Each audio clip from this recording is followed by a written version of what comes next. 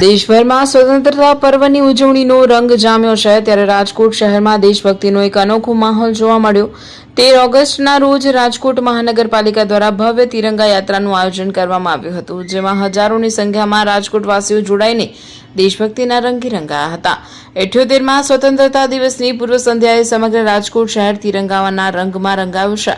13 ઓગસ્ટના રોજ રાજકોટ મહાનગરપાલિકા દ્વારા એક વિશેષ અને ભવ્ય તિરંગા યાત્રામાં રાજકોટના ખૂણે ખૂણેથી મોટી સંખ્યામાં શહેરીજનો સ્વયંભૂ હાજર રહ્યા હતા। નાના બાળકોથી લઈને વડીલો સુધી સૌ કોઈ હાથમાં રાષ્ટ્રધ્વજ લહેરાવીને ભારત માતા કી જય અને વંદે માતરમના નારા લગાવતા નજરે પડ્યા। આ તિરંગા યાત્રા માત્ર એક સરઘસ બનીને ન રહી, પરંતુ દેશભક્તિના મહાઉત્સવમાં ફેરવાઈ ગઈ। યાત્રા દરમિયાન એક વિશેષ સાંસ્કૃતિક કાર્યક્રમનું પણ સુંદર આયોજન કરવામાં આવ્યું હતું, જેમાં સ્થાનિક અને જાણીતા કલાકારોએ પોતાની અદ્ભુત કલાકૃતિઓ અને દેશભક્તિના સાંસ્કૃતિક પ્રવૃત્તિઓ દ્વારા ઉપસ્થિત સૌ કોઈના મન મોહી લીધા હતા। કલાકારો નૃત્ય, નાટક અને દેશભક્તિના ગીતો રજૂ કરીને માહોલને પૂરેપૂરો રાષ્ટ્રભક્તિમય બનાવી દીધો હતો। રાજકોટમાં આજે દેશભક્તિનો અનોખો ઉત્સાહ જોવા મળ્યો છે। મનપા દ્વારા આયોજિત આ તિરંગા યાત્રામાં શહેરીજનોનો અવિશ્વસનીય પ્રતિસાદ સાબિત કરે છે કે રાજકોટવાસીઓમાં રાષ્ટ્રપ્રેમ કુટકુટાઈને ભરેલો છે। કલાકારોની કલાકૃતિઓ અને તિરંગાની શાન વચ્ચે આખું રાજકોટ આજે તિરંગામય બની ગયું છે।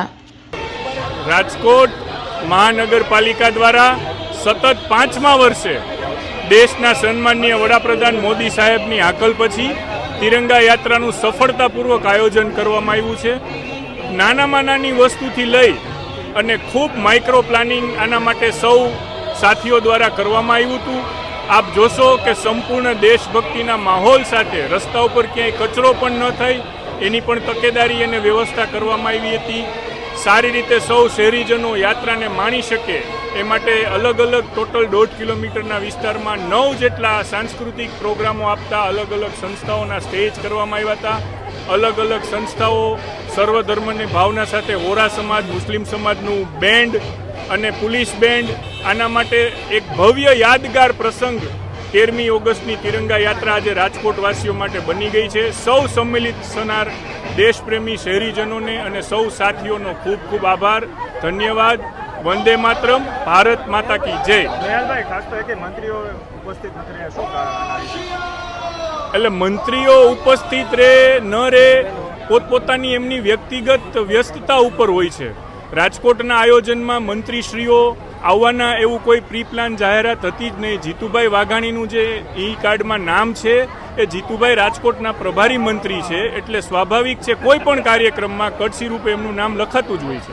ભારત માતા પ્રત્યે પોતાની શ્રદ્ધા વ્યક્ત કરવા, ભારતીય ધ્વજ જે આપણી આસ્થાનું પ્રતીક છે એ તિરંગાને લહેરાવવા માટે તિરંગા યાત્રાનું આયોજન જે આજે રાજકોટ મહાનગરપાલિકા દ્વારા કરવામાં આવ્યું હતું, એમાં ભવ્યાતિ ભવ્ય આજે યાત્રા નીકળી હતી અને રાજકોટની જનતાનો હું હૃદયપૂર્વક આભાર માનું છું કે આ યાત્રા થકી એમણે અભૂતપૂર્વ દેશપ્રેમ પોતાનો દર્શાવ્યો છે।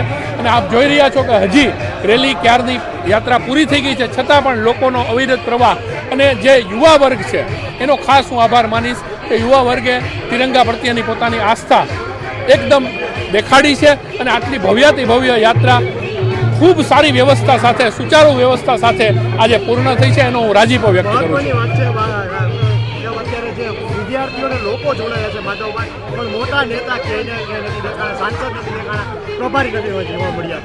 હું આપની સાથે આ બાબત એટલું જ કહેવા માંગીશ કે રાજકોટ મહાનગરપાલિકાના મેયરશ્રી, રાજકોટના 5 પદાધિકારી, આપણા 4 ધારાસભ્ય, સંગઠનમાં પ્રમુખ, મહામંત્રીઓ, સંગઠનની આખી ટીમ અને તમામ આગેવાનો, પૂર્વ આગેવાનો બધા જ લોકો આ યાત્રામાં જોડાયેલા છે।